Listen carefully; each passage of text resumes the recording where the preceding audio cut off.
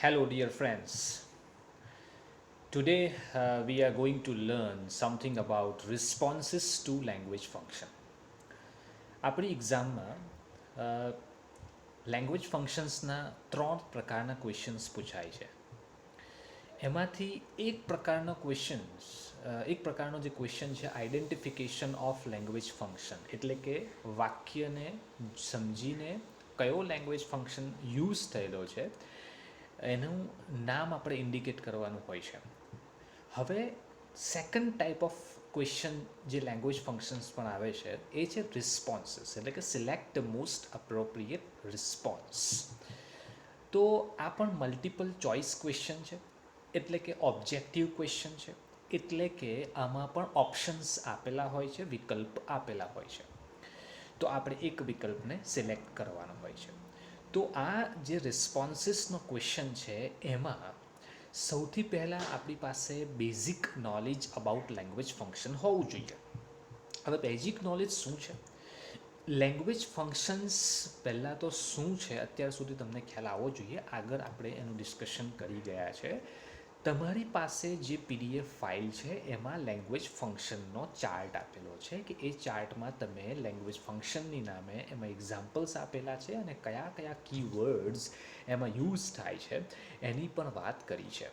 અહીંયા એક જે ક્વેશ્ચન પૂછાય છે, જે આગામી યુનિટ ટેસ્ટમાં અથવા તો જે પણ ટેસ્ટ લેવાશે, ક્લાસરૂમ ટેસ્ટ હશે કે બીજી કોઈક ટેસ્ટ હોય, એ અસેસમેન્ટમાં અથવા તો એ ઇવેલ્યુએશનમાં, એ ટેસ્ટમાં તમને આ ક્વેશ્ચન જરૂર પૂછવામાં આવશે, જેથી આપણે એની પ્રિપેરેશન કરવાની છે.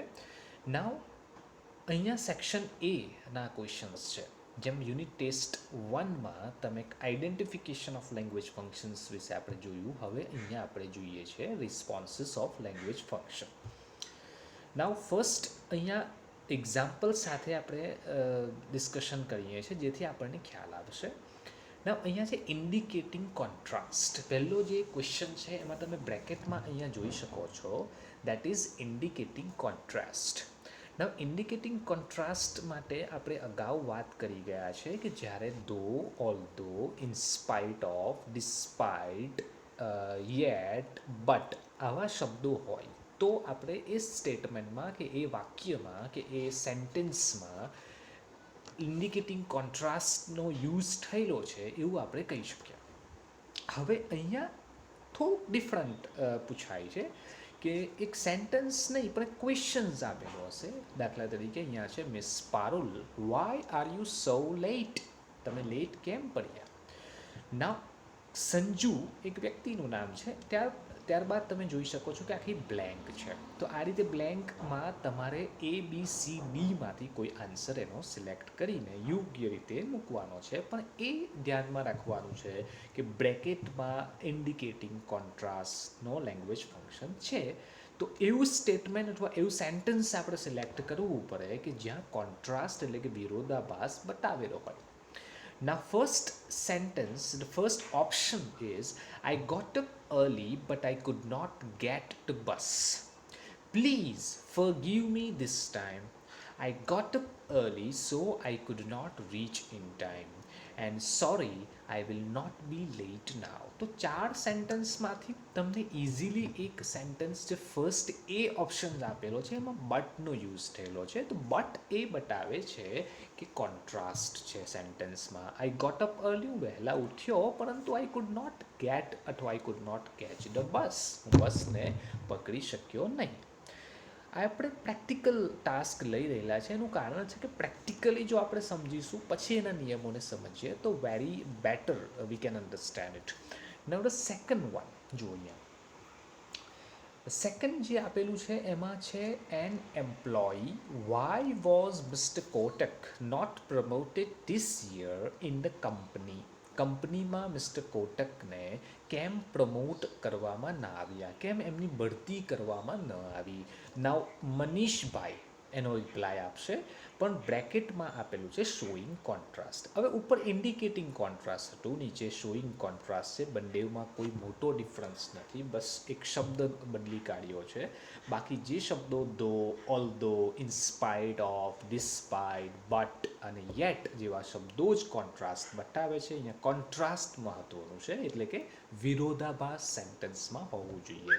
તો 4 સેન્ટેન્સમાંથી he was too old to be promoted. He did not work sincerely. He was not punctual in his work. Though Mr. Kotak worked sincerely, he was not promoted this year in the company. તો તમે જુઓ છો કે એક sentence long છે અને long sentence D છે અને ડીમાં સ્ટાર્ટ થાય છે વાક્ય ડોથી, એટલે કે મિસ્ટર કોટકે સિન્સિયરલી કામ કર્યું હોવા છતાં એમને કંપનીમાં પ્રમોશન ના આપવામાં આવ્યું. That is very clear contrast બતાવેલો છે. એ સિવાયના તમે ઉપરના એ, બી અને સી સેન્ટેન્સીસ જોશો તો તમે જોઈ શકો છો કે TOO ટુ ઓલ્ડ એ રિઝલ્ટ બતાવે છે. એક્સપ્રેસિંગ રિઝલ્ટનો જ્યારે ઉપયોગ થાય ને ત્યારે TOO વાપરવું પડે, એટલે કે TOO એ એક્સપ્રેસિંગ રિઝલ્ટ બતાવે છે. જ્યારે નીચેનું સેન્ટેન્સ એકદમ સ્ટ્રેટ ફોરવર્ડ સિમ્પલ છે, he did not work sincerely, negative sentence છે. He was not punctual in his work, આ સેન્ટેન્સ પણ એકદમ સિમ્પલ અને સ્ટ્રેટ ફોરવર્ડ છે. જ્યારે કોન્ટ્રાસ્ટ બતાવતું સેન્ટેન્સ છે એ માત્ર અહીંયા ડી છે. Okay, good. Now the next number 3, Prashant, how is your grandfather? Deepa ફરીથી છે એક્સપ્રેસિંગ કોન્ટ્રાસ્ટ. અને ત્રીજો વર્ડ આવ્યો expressing contrast, indicating contrast, showing contrast. 3 words તમે જુઓ છો, પણ આપણા માટે મહત્વનો વર્ડ છે કોન્ટ્રાસ્ટ, એટલે કે વિરોધાભાસ. Right. How is your grandfather? તમારા ગ્રાન્ડફાધર કેવા છે? તો દીપા પછી બ્લેન્ક છે, તો આપણે 4 ઓપ્શન છે.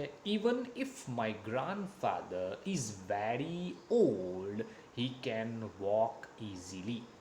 My grandfather's health is okay, he can walk easily. If you want to meet him, come to my home. 4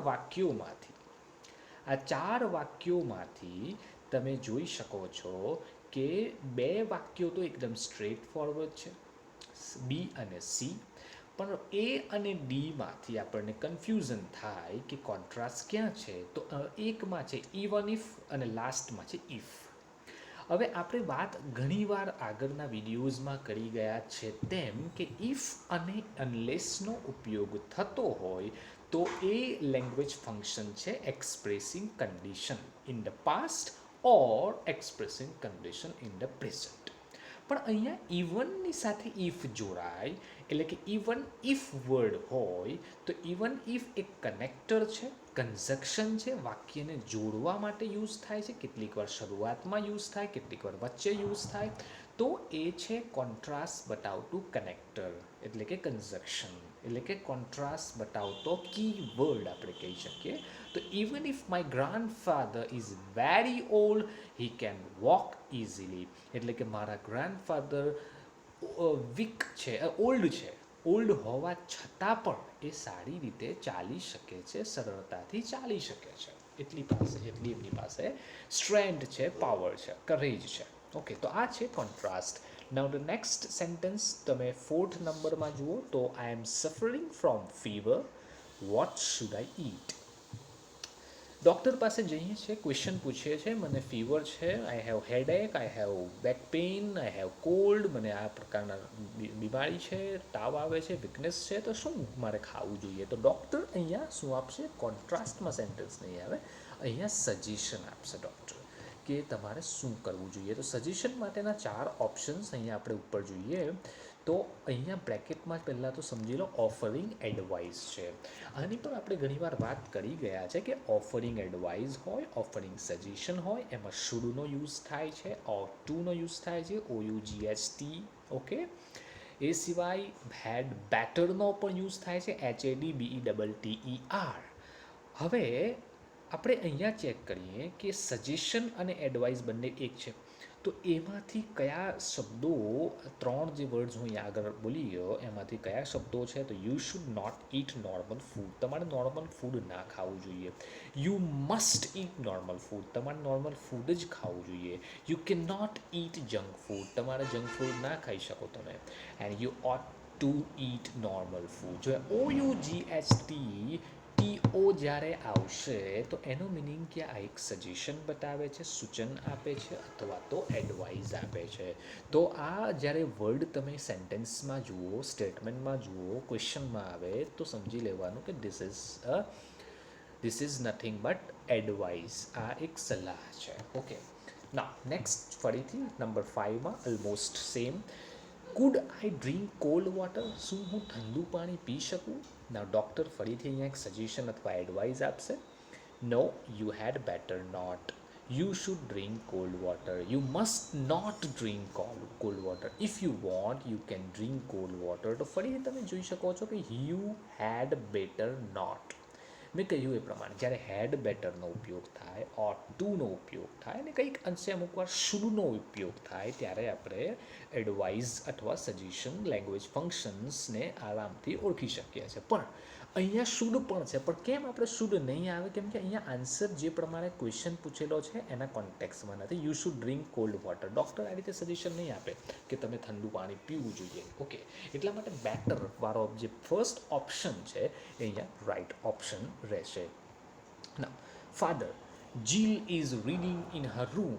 જીલ એક વ્યક્તિ, છોકરો, બોય હશે અથવા ગર્લનું નામ હોઈ શકે, we are not sure about this, but Jill is reading in her room. Jill એના રૂમમાં વાંચી રહ્યો છે.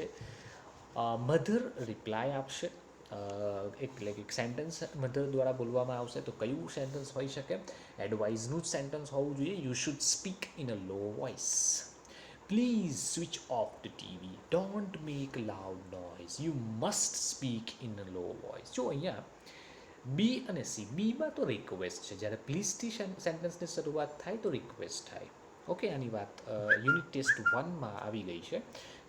ડોન્ટ મેક લાઉડ નોઇઝ આ એક ઓર્ડર છે, જ્યારે યુ મસ્ટ જે છે ને એ ઓબ્લિગેશન છે, એકદમ ફરજ પાડી દેવામાં આવે. જ્યારે યુ શુડનો ઉપયોગ થાય છે પહેલાં જ વાક્યમાં, ફર્સ્ટ ઓપ્શનમાં, તો આ છે advise. You should speak in low voice. Jill વાંચી રહ્યો છે એટલે તમારે ધીમા અવાજે બોલવું જોઈએ. ઓકે, ના next one. How will you go to Baroda? By car or by motorcycle. તમે કઈ રીતે બરોડા જશો? મોટરસાયકલ દ્વારા જશો અથવા કાર દ્વારા જશો? ક્વેશ્ચન છે, તો પારુલ એનો આન્સર આપશે ઓલ્ટરનેટિવ ચોઇસમાં. ઓલ્ટરનેટિવ ચોઇસ અને એક્સપ્રેસિંગ ચોઇસ બે અલગ છે. એટલે એક્સપ્રેસિંગ ઓલ્ટરનેટિવ ચોઇસ જ્યારે હોય છે ત્યારે આપણે સમજી લેવું જોઈએ કે નાઈધર નોર અથવા આઈધર ઓરનો ઉપયોગ થાય છે, જેને ઈધર ઓર અથવા નીધર નોર પણ બોલાય છે. જ્યારે આપણે વાત કરીએ છીએ એક્સપ્રેસિંગ ચોઇસની, ત્યારે આપણે would like to, would rather, would prefer આવા શબ્દોનો ઉપયોગ કરીએ તો એ ચોઇસ બને છે. જ્યારે અહીંયા એક્સપ્રેસિંગ ઓલ્ટરનેટિવ ચોઇસ ક્યારે આવે? જ્યારે નીધર નોર અને આઈધર ઓરનો ઉપયોગ કરવામાં આવે. તો અહીંયા આપણે જોઈએ છે તેમ ફર્સ્ટ ઓપ્શન જોઈએ, I will go to Baroda by car. No, I will go to Baroda either by bus or by train. હું કાં તો બસ દ્વારા બરોડા જઈશ અથવા તો ટ્રેન દ્વારા જઈશ.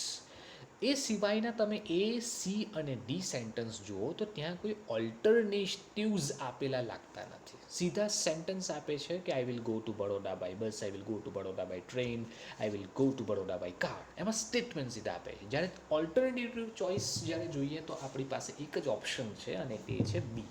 Okay, so this is the right option of this question. Now, 8 number, Nirali, with which actor would you like to dine? તમે કયા એક્ટર સાથે ભોજન લેવાનું, લંચ લેવાનું અથવા ડિનર લેવાનું પસંદ કરશો? તો એને માટે પણ ઓલ્ટરનેટિવ ચોઇસ યુઝ કરવાનો છે. કોમલ અહીંયા ઓલ્ટરનેટિવ ચોઇસ યુઝ કરશે. I would like to dine either with Amitabh or with Amir Khan. હું કાં તો આમિર ખાન સાથે લંચ અથવા ડાઇન કરું અથવા તો ભોજન લઉં અથવા અમિતાભ બચ્ચન સાથે. ઓકે, તો એ સિવાય તમે સેકન્ડ ઓપ્શન જુઓ અહીંયા, આઈ વુડ લાઇક ટુ ડાઇન. તો હવે આગળ મેં વાત કરી એ પ્રમાણે જ્યારે વુડ લાઇક ટુ હોય તો એ ચોઇસ તો છે પણ એક્સપ્રેસિંગ ચોઇસ છે, ઓલ્ટરનેટિવ ચોઇસ નથી. I don't want to dine with any actors એકદમ સિમ્પલ સેન્ટેન્સ છે. I would like to dine એ પણ એક્સપ્રેસિંગ ચોઇસ છે. તો આપણી પાસે ઓલ્ટરનેટિવ ચોઇસ જો હોય તો એ નંબર ઓનલી ફર્સ્ટ એટલે કે એ, I would like to dine either with Amitabh or with Amir Khan. 9 number now. Where did you used to work? હવે ફંક્શન બદલાય છે. તમે ક્યાં કામ કરવા ઈચ્છો છો અથવા ક્યાં કામ કરવા ટેવાયેલા. ઓકે, તો કરશનભાઈ એનો રિપ્લાય આપશે habitual action in the past. એમાં યુઝડ ટુ USED નો ઉપયોગ થાય છે. એનો મિનિંગ એ થાય કે તમે કોઈ કામ કરવા માટે ભૂતકાળમાં કોઈ એક્શન એ કરવા માટે ટેવાયેલા હતા. તો અહીંયા છે I worked in cotton mill, એમાં યુઝ ટુ નથી. I lived in Ahmedabad and worked in a cotton mill, એ પણ અહીંયા યુઝ ટુનો ઉપયોગ નથી. When I was young I use to work in a cotton mill. તો હવે આ સીમાં તમે જોઈ શકો છો કે જ્યારે યંગ હતો તેમ ત્યારે કરશનભાઈ કહે છે કે I use to work in a cotton mill, ત્યાં કોટન મિલમાં કામ કરતો. ઓકે, એ મારી રોજની દિનચર્યા હતી એવું કહી શકાય. Now I didn't work in a cotton mill એ પણ સ્ટેટમેન્ટ છે. તો એ, બી અને ડી આ ત્રણ અહીંયા ઓપ્શન્સમાં આપણા પ્રમાણે આપણા ક્વેશ્ચન પ્રમાણે બંધબેસતા નથી, સ્યુટેબલ નથી. નાવ નંબર 10, આઈ હેવ અ ટૂથેક કિન્ઝલ, પછી બ્લેન્ક છે. ટૂથેક એટલે દાંતનો દુખાવો છે, તો એમાં કિન્ઝલ એડવાઇસ આપશે, ઓફરિંગ એડવાઇસ ફરીથી આવે છે. You must use good toothpaste. You must not eat junk food. You had better consult the dentist. You ought not to brush your teeth. તો તમને અહીંયા કઈ એડવાઇસ યોગ્ય લાગે છે? તો એમાં આપણે હેડ બેટર છે ને, યુ હેડ બેટર એ એડવાઇસ બતાવતા કીવર્ડ છે. You had better consult dentist, તમારે ડેન્ટિસ્ટની મુલાકાત કરવી જોઈએ અથવા ડેન્ટિસ્ટને મળવું જોઈએ, ડેન્ટિસ્ટને બતાવવું જોઈએ. આપણે કોઈને એવી એડવાઇસ નથી આપતા કે તમારે ટૂથપેસ્ટનો ઉપયોગ કરવો જ જોઈએ, તમારે જંક ફૂડ નહીં ના જ ખાવું જોઈએ, અથવા તો you ought not to brush your teeth, તમારે તમારા દાંત સાફ ના જ કરવા જોઈએ. તો અહીંયા આપણી પાસે ઓટ તો છે, ઓટ નોટ ટુ પણ છે અને મસ્ટ પણ છે, પણ આપણે જે બેસ્ટ એડવાઇસ છે અહીંયા એ હેડ બેટરવાળી છે, જે કન્સલ્ટ ડેન્ટિસ્ટને બતાવવાની, દાંતના જે દુખાવાના મટાડી શકે એવા ડૉક્ટર પાસે જવું જોઈએ. નાવ જેની, Y didn't you attend the seminar? 11 number, તમે સેમિનાર કેમ ના અટેન્ડ કર્યો? કેવિન એનો રિપ્લાય આપે છે એક્સપ્રેસિંગ કન્ડિશન ઇન ધ પાસ્ટમાં. તો એક્સપ્રેસિંગ કન્ડિશન ઇન ધ પાસ્ટમાં ફરીથી હું રિપીટ કરું છું અગાઉના વિડીયોમાં બતાવ્યા પ્રમાણે કે ઇફ અને અનલેસનો જ્યારે ઉપયોગ કરવામાં આવે અથવા વાક્યની શરૂઆતમાં જ હેડ આવી જાય તો આપણે કહી શકીએ કે આ expressing condition in the past છે. અને જો પ્રેઝન્ટ ક્રિયાપદનો ઉપયોગ કરેલો હોય તો expressing condition in the present છે. તો એમાં હેડનો ઉપયોગ નથી આવતો, પણ ઇફ અને અનલેસ જ્યારે યુઝ થાય તો એ કન્ડિશન બતાવવા માટે થાય છે. તો if I had got up early I would have attended the party. આ વાક્યને સમજવા જેવું છે કે જો હું વહેલો ઉઠ્યો હોત તો મેં પાર્ટી અટેન્ડ કરી હોત. ક્વેશ્ચનનો આ જવાબ છે કે સેમિનાર તમે કેમ ના અટેન્ડ કર્યો અથવા પાર્ટી અટેન્ડ કેમ ના કરી. શબ્દ ગમે તે હોય, સેમિનાર હોય, પાર્ટી હોય, વેડિંગ હોય, બર્થડે પાર્ટી હોય, whatever. I could not get up early, અહીંયા કોઈ કન્ડિશન નથી. I went to Baroda so I didn't attend the seminar, આ તો કારણો બતાવી દીધું સોનો ઉપયોગ કરીને. Sorry I head A headache, તો આ સિમ્પલ રીઝન બતાવી દીધું. તો અહીંયા આપણે બતાવવાનું છે કન્ડિશન કે if I had got up early, જો વહેલો ઉઠી ગયો હોત ને તો I would have attended the party, તો ડેફિનેટલી હું પાર્ટી અટેન્ડ કરી હોત. પણ અહીંયા સમજવાનું એ છે કે if I had got up એટલે કે પાસ્ટ પરફેક્ટ ટેન્સ પછી અલ્પ વિરામ I would have attended, would plus have plus past participle, આ ખાસ ધ્યાનમાં રાખવાનું છે. જ્યારે પાસ્ટ પરફેક્ટ ટેન્સનો ઉપયોગ થશે ઇફવાળા સેન્ટેન્સમાં, જ્યારે expressing condition in the past બતાવવા માટે, તો અલ્પવિરામ પછી સેન્ટેન્સનો જે બીજો પાર્ટ આવશે જેને ક્લોઝ કહેવાય છે, આ વાક્યમાં 2 ક્લોઝ આવે છે, એક ક્લોઝ જે અલ્પવિરામ પહેલાંનો છે અને બીજો અલ્પવિરામ પછીનો છે તેમાં વુડ હેવ પછી પાસ પાર્ટિસિપલ, કુડ હેવ પછી પાસ પાર્ટિસિપલ આવી શકે અથવા આવે છે, દેટ્સ ઇટ, આવી શકે ને આવે છે, ઓકે, કેમ કે કન્ડિશન બતાવવાની છે ને. Okay, now Ananya, next one, what have you plan for the summer vacation? Vacation તો ઘણું મોટું થઈ ગયું છે એટલે સમર વેકેશન જેવું અત્યારે આપણને ફીલ થાય નહીં અને આ વર્ષે ખાસ. તો 12, Y what have you plan for the summer vacation? Summer vacation માટે તમે શું પ્લાન કર્યું છે? તો એના માટે 4 ઓપ્શન છે. એમાં લેંગ્વેજ ફંક્શન કયું છે આપણે બ્રેકેટમાં જોઈએ તો પ્રાચી એનો રિસ્પોન્સ આપવાની છે. તો એક્સપ્રેસિંગ ઓલ્ટરનેટિવ ચોઇસ, અહીંયા પણ ઉપર પ્રમાણેનું ફંક્શન એક્સપ્રેસિંગ ઓલ્ટરનેટિવ ચોઇસનો ઉપયોગ કરવાનો છે. તો એક્સપ્રેસિંગ ઓલ્ટરનેટિવ ચોઇસ એટલે આઈધર ઓર પોઝિટિવમાં હોય તો અને નહીધર ઓર નેગેટિવમાં હોય તો. તો અહીંયા I would rather go to Saputara, તો મેં તમને કીધું એ પ્રમાણે કે વુડ રાધર વુડ લાઈક આવે તો એક્સપ્રેસિંગ ચોઇસ છે પણ ઓલ્ટરનેટિવ ચોઇસ નથી. આઈ પ્રિફર એ પણ એક્સપ્રેસિંગ ચોઇસ છે. આઈ એમ પ્લાનિંગ ટુ ગો ઉદયપુર એક સિમ્પલ વાક્ય છે. આઈ વિલ વિઝિટ ઈધર અથવા either Kashmir or Goa in the summer vacation, હું કાં તો કાશ્મીર જઈશ અથવા તો ગોવા જઈશ, બેમાંથી એક ઓપ્શન સિલેક્ટ કરીએ છીએ જેમાં ઓલ્ટરનેટિવ ચોઇસ કહેવાય છે. ઓકે, ના Roma number 13, why didn't you join engineering college? Engineering college તમે પસંદ કેમ ન કરી?